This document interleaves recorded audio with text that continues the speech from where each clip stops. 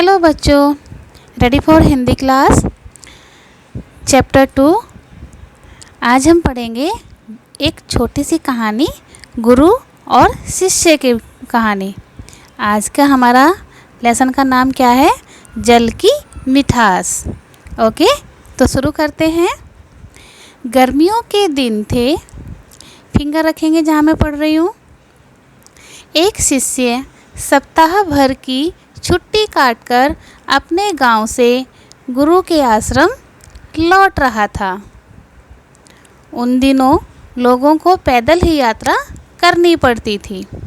रास्ते में उसे एक कुआं दिखाई दिया। क्या दिखाई दिया? कुआं। वह प्यासा था, इसलिए उसने कुएं से पानी निकाला और पिया। पानी बहुत मीठा और ठंडा था। शिष्य ने सोचा, क्यों ना यहाँ का पानी गुरुजी के लिए भी ले चलूं। उन दिनों लोग मशक में पानी लेकर चलते थे। मशक मीन्स होता है एक खाल का थैला, यानी कि पहले एक थाल, जो खाल होती थी उनसे थैला बनाया जाता था, उसको मशक बोलते थे। शिष्य ने भी अपनी मशक भरी और गुरु के आश्रम की ओर चल दिया। वह आश्रम पहुंचा और गुरुजी को प्रणाम करके सारी बात बताई। गुरुजी ने शिष्य की मशक से पानी लेकर पी लिया। फिर उन्होंने शिष्य को अच्छा पानी लाने के लिए धन्यवाद दिया। कुछ देर बाद आश्रम में रहने वाला दूसरा शिष्य गुरुजी के पास आया। जो दूसरा शिष्य था वो भी गुरुजी के पास आया। उसने भी वह पानी पीने की इच्छा प्रकट की। उसने गुरुजी से अपनी इच्छा बताई कि गुरुजी मुझे भी पानी पीना है। गुरुजी ने मशक उस शिष्य को दे दी। शिष्य ने जैसे ही पानी का घूंट भरा, उसने तुरंत पानी का कुल्ला कर दिया। उसने कहा, गुरुजी, इस जल में तो कड़वापन है और न ही यह जल शीतल है, मतलब ठंडा है।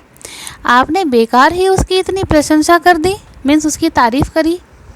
गुरुजी बोले, बेटा, मिठास और शीतलता इस जल में नहीं है तो क्या हुआ, इसके लाने वाले के मन में तो है। जब उस शिष्य ने जल पिया होगा तो उसके मन में मेरे लिए प्रेम उमड़ा होगा। यह बात महत्वपूर्ण है।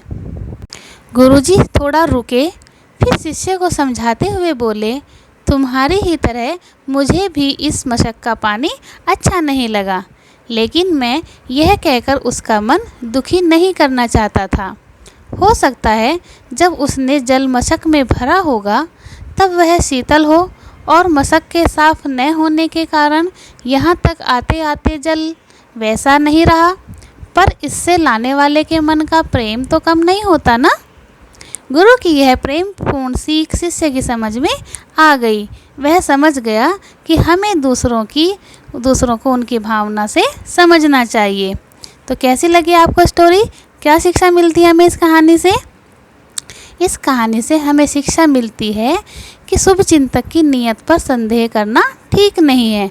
हमें दूसरों की भावना को समझकर ही प्रतिक्रिया करनी चाहिए। मीन्स हमें दूसरों की जो प्रतिक्रिया होती है, दूसरों की भावनाओं को कभी ठेस नहीं पहुंचानी चाहिए। दूसरों की भावनाओं कद्र करनी चाहिए। कभी किसी की भावनाओं को ठेस नहीं पहुंचानी चाहिए।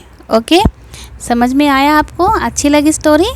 चलिए, जो अब मैं इसके साथ इसकी PDF भेजूँगी, आपको वो वर्क करना है। बुक वर्क बुक में और कॉपी वर्क कॉपी में। और ये जो स्टोरी है ये आपको लर्न भी करनी है। Okay students, thank you.